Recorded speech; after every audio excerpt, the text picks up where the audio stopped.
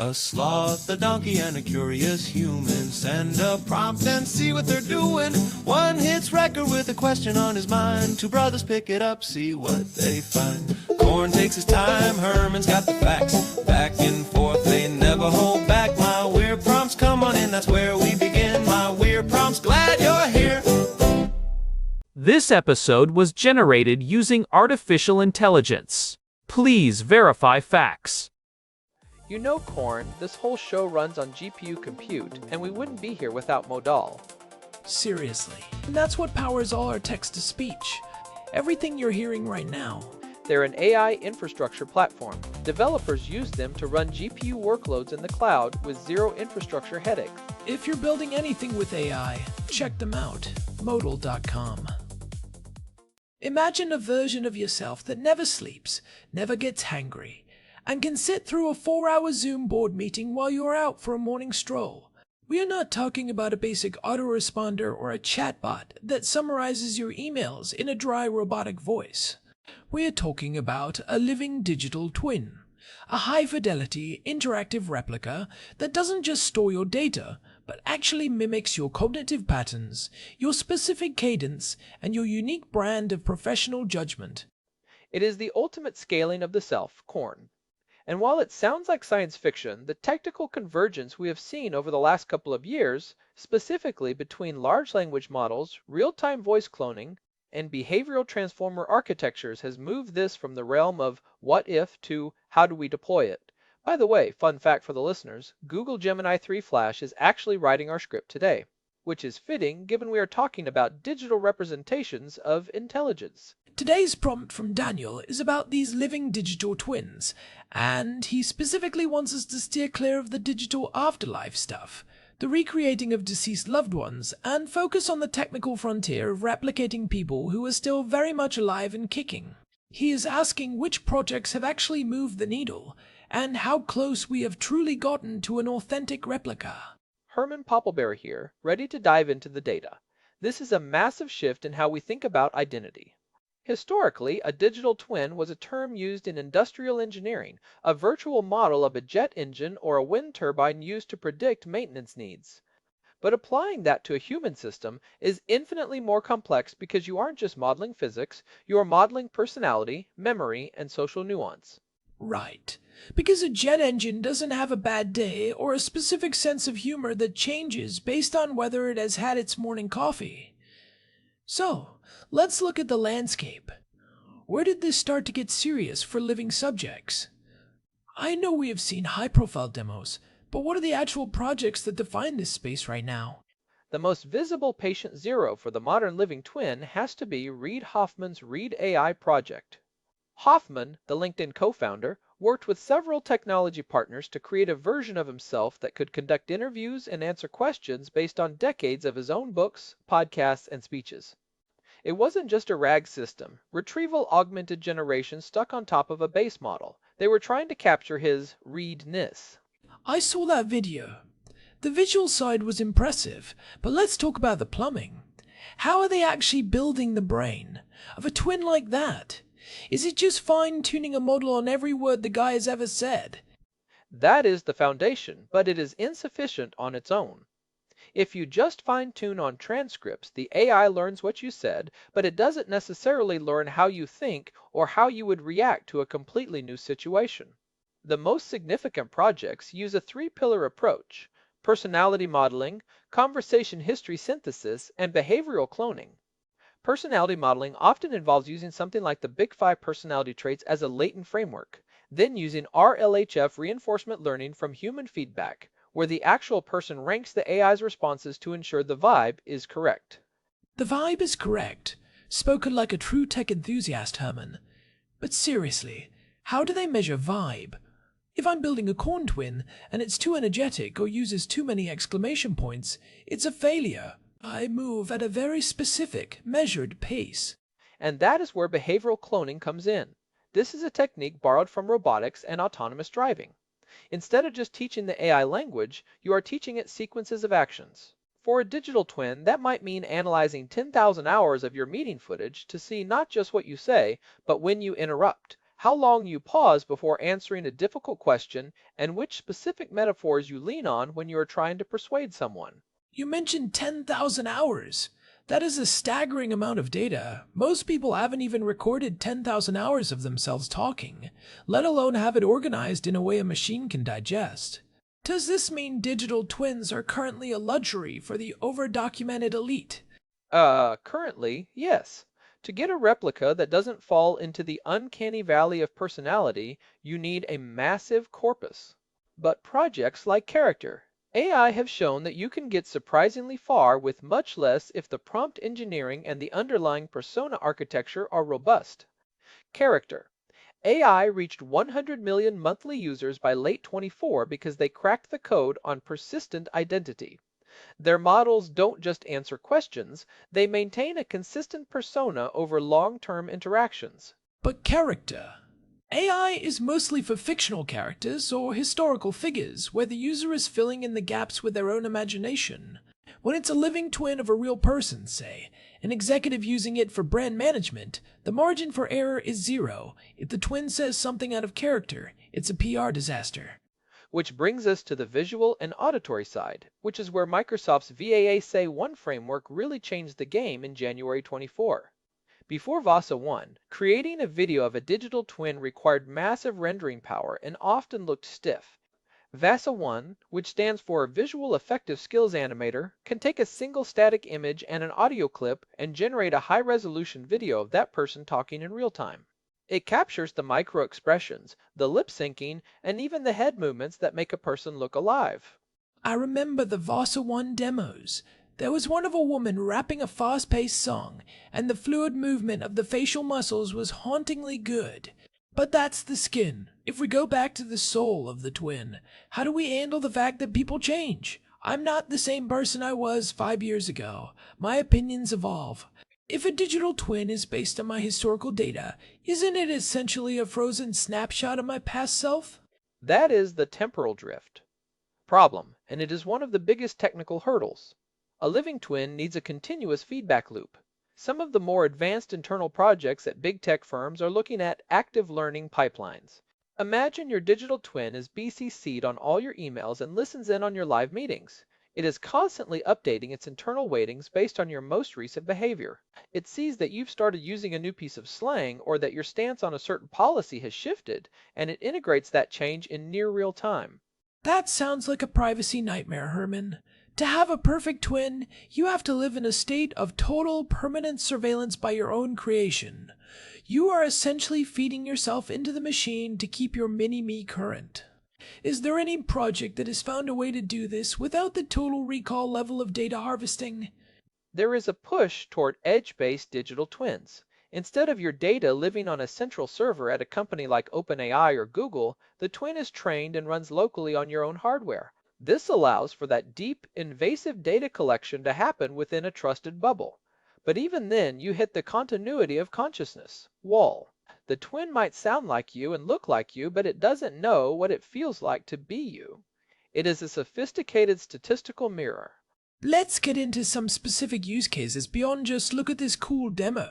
Who is actually using this for work? I read about some tech executives using twins for initial email screening. Is that actually happening, or is it just more AI hype? It is starting to happen in narrow domains. Think of it as the evolution of the executive assistant. Instead of an assistant who has to ask you how would you respond to this, the digital twin trained on 10 years of your email archives drafts a response that is 95% there. You just give it a quick thumbs up before it sends. But the real frontier is delegate-able agents.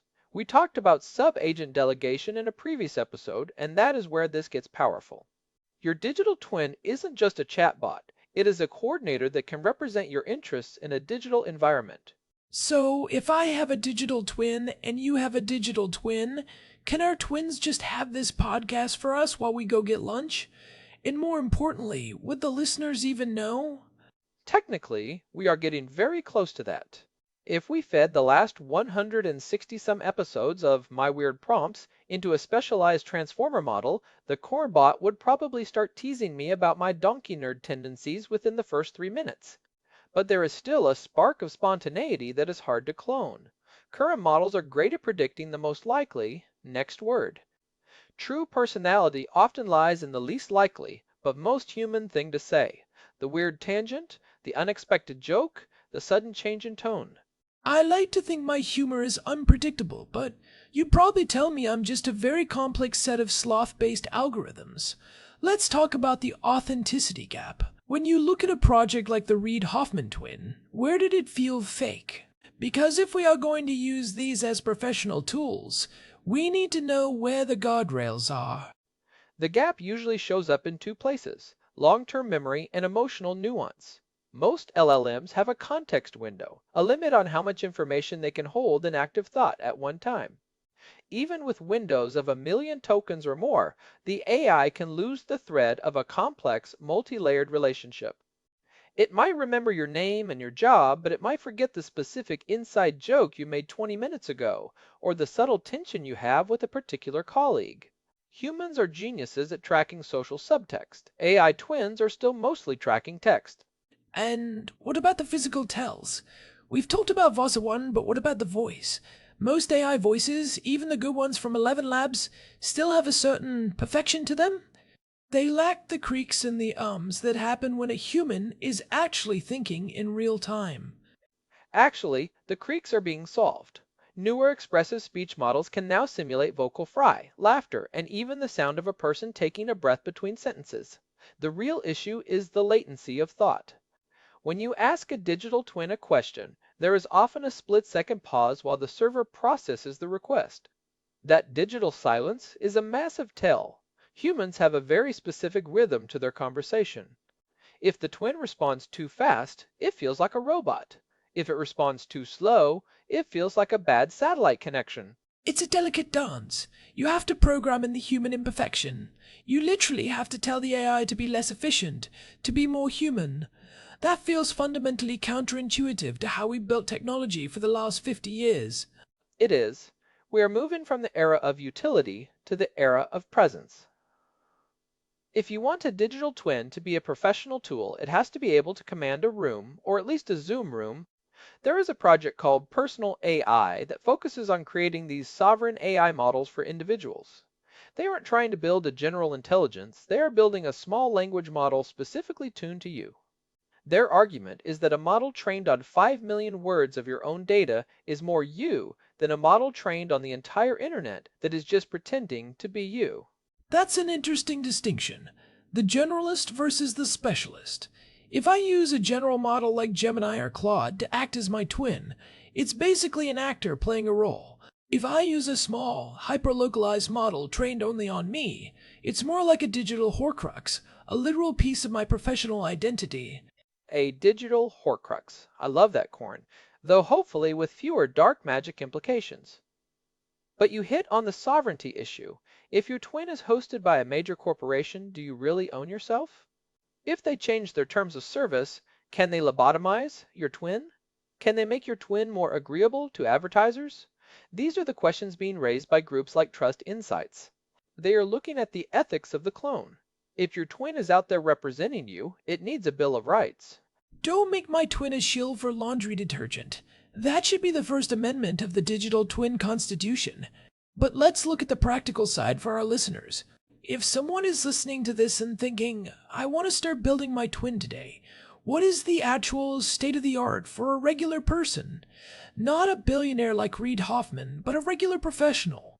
The state of the art for the average person right now is a multimodal stack. You would use a service like 11 Labs for your voice clone. You only need about 30 minutes of high-quality audio for that. You would use something like VID or HeyGen for the video avatar. And for the brain, you would use a custom GPT or a Claude project, where you upload your last 2 years of sent emails, your resume, and maybe some transcripts of your presentations. And how does it perform? If I set that up, is it actually going to save me time? Or am I just going to spend 4 hours a day fixing the weird things my twin said to my boss? Right now, it's best for asynchronous presence. It's great for creating a video of yourself delivering a personalized message to 100 different clients. It's great for answering basic FAQs on your website where you are the one answering. It is not yet ready for synchronous negotiation. You shouldn't send your twin to negotiate your salary just yet. The AI doesn't have the skin in the game that you do. It doesn't feel the consequences of a bad deal, so it can't simulate the gut feeling that tells a negotiator to walk away. Skin in the game. That's the missing ingredient. The twin has the data, but it doesn't have the risk. It can't feel embarrassment, it can't feel ambition, and it certainly doesn't care if it gets fired. It's a tool, not a teammate. And that is the authenticity gap we mentioned. Authentic human behavior is driven by biological imperatives: fear, hunger, social status, love. Digital twins are driven by token probability. We can simulate the output of human emotion, but we haven't yet simulated the input of human experience. So, we are building very convincing masks. But the masks are getting so good that, in a digital-first world, the difference between the mask and the face might start to disappear. If most of my professional interactions happen over text or short video clips, and my twin can handle 80% of those, then for 80% of the world, my twin is the real me. That is the Being Human in 2035 prediction. Some experts believe that within a decade, having a digital twin will be as standard as having a LinkedIn profile. It will be your digital front office. You will have a public twin that handles the noise, a professional twin that handles the work, and your actual self will be reserved for high value, deep focus, or personal interactions. It's a way of reclaiming your time from the digital treadmill. Or it's a way of ensuring the treadmill never stops. If everyone has a twin that can talk 24/7, the volume of digital noise is going to explode. We'll have twins talking to twins, CCing other twins, while the humans are all just trying to find a quiet place to have a nap. It's the dead internet theory, but with our own faces on it. But there is a positive angle here too. Digital twins can be a tool for self-reflection. When Reid Hoffman interviewed his AI twin, he said it challenged him because the AI would bring up points he had made 10 years ago that he had forgotten, or it would connect two ideas from his different books in a way he hadn't considered. It's like having a perfectly objective version of your own brain to bounce ideas off of. I don't know if I want an objective version of my brain. My brain is a messy, subjective place, and that's where the good stuff happens. If I wanted objectivity, I'd buy a calculator. But I see the point. It's personal knowledge management with a personality. And that is the behavioral cloning frontier. We are seeing researchers move away from just language models toward action models. There is a project called AGI-1 that is looking at how to map a person's workflow into a digital twin. It doesn't just know what you say, it knows how you use your computer. It knows that when you get a certain type of invoice, you open Excel, run a specific macro, and then cross-reference it with a PDF. That action-oriented twin is much more useful than a talking head twin. That sounds more like a super macro than a digital twin. I think we need to be careful with the branding here. If it's just an automation script, call it an automation script. A twin implies a level of personhood, doesn't it? It does, and that's the CIO or Chief Identity Officer role that some people are predicting companies will need. Who manages the official version of the CEO's twin? Who ensures it isn't hallucinating new company policies? This is why the living twin use case is so much more technically demanding than the deceased twin. 1.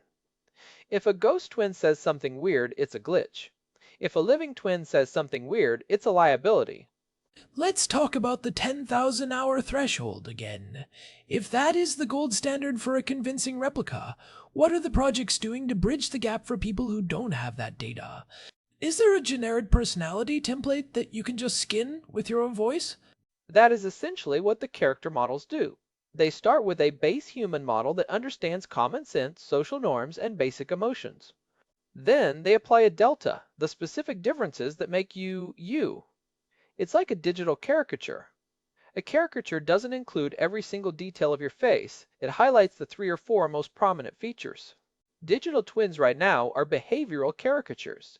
They capture your most frequent phrases, your biggest opinions, and your most obvious quirks. So, my twin would basically just be a sloth that asks, but why though? Every 5 minutes it makes obscure references to 1990s indie films. I mean, that is basically your brand, Korn. It would be 80% of the way there. Fair point. But let's look at the practical takeaways for someone who is skeptical but curious. If you wanted to start narrow, where is the actual value right now? The first takeaway is domain-specific replication. Do not try to build a full-life twin yet. Start with a meeting twin or an email twin. Focus on a narrow corpus of data where you have high-quality records. If you have 500 hours of you teaching a specific subject, build a twin for that subject. The narrower the domain, the higher the authenticity. That makes sense. It's like the expert version of you. Takeaway number 2. Multimodal synergy. The most convincing twins are not just text. They are the combination of a fine-tuned LLM for the brain, a high-fidelity voice clone for the voice, and a motion capture avatar for the body. If you only do one, the uncanny valley is too wide. When you combine them, the brain starts to fill in the gaps and accepts the replica as a person. And takeaway number 3 for me would be the feedback loop. If you are going to use a twin, you have to be the editor-in-chief. You cannot just set it and forget it. You have to spend time interacting with your own twin, correcting its mistakes, and pruning its behavior. In a weird way, building a digital twin makes you more aware of your own habits. You start to see your own repetitive loops when you see them mirrored back to you by an AI. It's the ultimate know thyself exercise. You realize how often you use the word actually or how predictable your reactions are. It's humbling, really. Humbling or terrifying? Oh no, I really am that boring. But let's look at the open questions as we wrap this up. Where does this go in 3 to 5 years? Are we going to see Twin as a Service platforms where you just pay a monthly fee to have your professional self managed? I think we will see personal model hosting. Just like you host a website today, you will host your model. And the big question is, will these twins eventually be granted agency? Will they be allowed to sign contracts?